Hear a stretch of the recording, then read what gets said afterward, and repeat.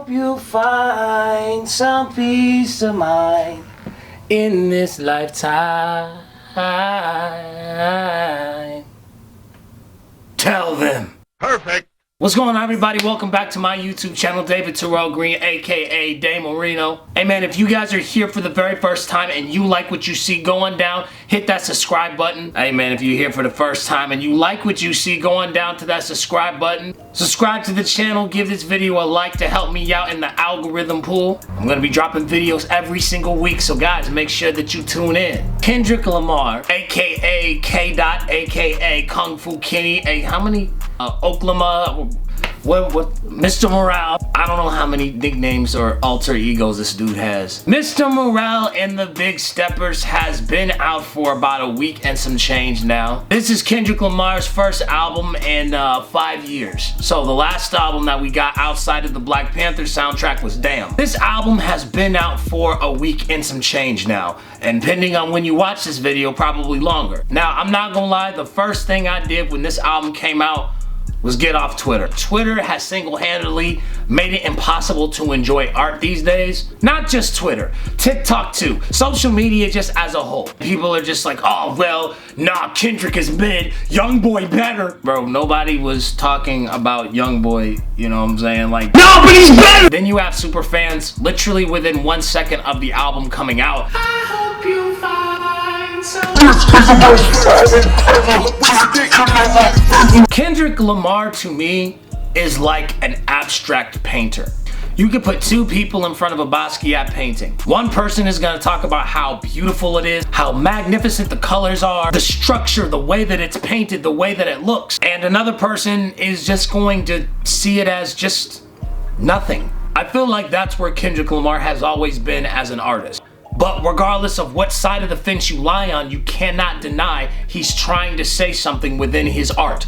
I look at this album like To Pimp a Butterfly. The same way that people were scratching their heads when it came to this album, but eventually came to enjoy and love. And this is why it's very hard for me to acknowledge him and Drake as equals. Once again, not trying to look at this from a biased perspective. When you listen to Drake's albums, it's kind of like watching Fast and the Furious. You know good and well what you about to get when you watch Fast and the Furious. Listen, you ain't gonna get a plot, you ain't gonna get a story, hell, you may not even get good acting. I know Drake fans will probably say something like, well, Certified Lover Boy sell more albums than Kendrick Lamar's did. Yes, they did sell more records. However, why do you think that is? Surely that couldn't have been due to the drama between him and Kanye West, would it? It would be a lie if you said that the beef between Kanye West and Drake had nothing to do with their album sales. If Kendrick and Drake were at each other's throats the way it was back in the day of the Control verse, this would have a different outcome. I mean, but the reason why Certified Lover Boy wouldn't stand the test of time, the stuff that's been happening in his life is not relevant anymore. He's not beefing with Kanye West. Meanwhile, you have something like Mr. Morale and the Big Steppers that deals with addiction, and trying to find out how to overcome that. Everyone in the world still deals with addiction. Everyone in the world still deals with depression. Everyone in the world has trauma. So with every new and current generation that's been listening to Kendrick's music, they're going to relate to that in some capacity. So the albums have more longevity versus say you a lesbian girl, me too. And please believe I'm not taking anything away from Drake. Drake has shown vulnerability and depth within his music as well. I feel like a lot of times people get so fixated on Drake's recent releases that they ignore all the other things that he has done musically. But it shows depth nonetheless. As human beings, we go through every type of emotion. So Kendrick Lamar making songs about his problem with addiction, Drake making songs about his problems with failing relationships, it shows vulnerability on both spectrums. I don't have a problem with artists making music strictly for the club. Obviously, with the exception of a couple songs, we're not gonna be listening to Mr. Morale and the Big Steppers if we trying to turn up. These albums serve different purposes. That's why I was getting a little annoyed about Jay-Z's 444 album when people were calling it boring and sleeper music. What you're going to get out of an NBA Youngboy album is not the same that you're going to get out of a Jay-Z album.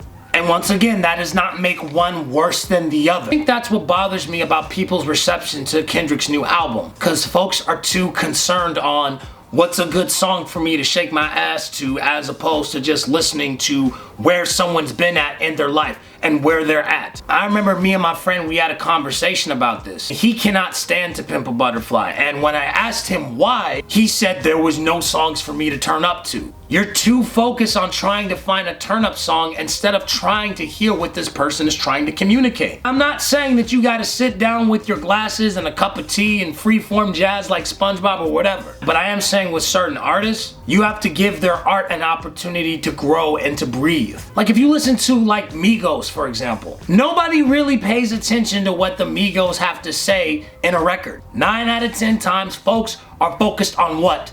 The beat. Kendrick Lamar's journey as an artist has always been interesting to me. His sound has always been interesting to me, and he's always come with something different. Now, how I feel about the album now may change in about 6 months. That's the beauty of an artist like Kendrick Lamar.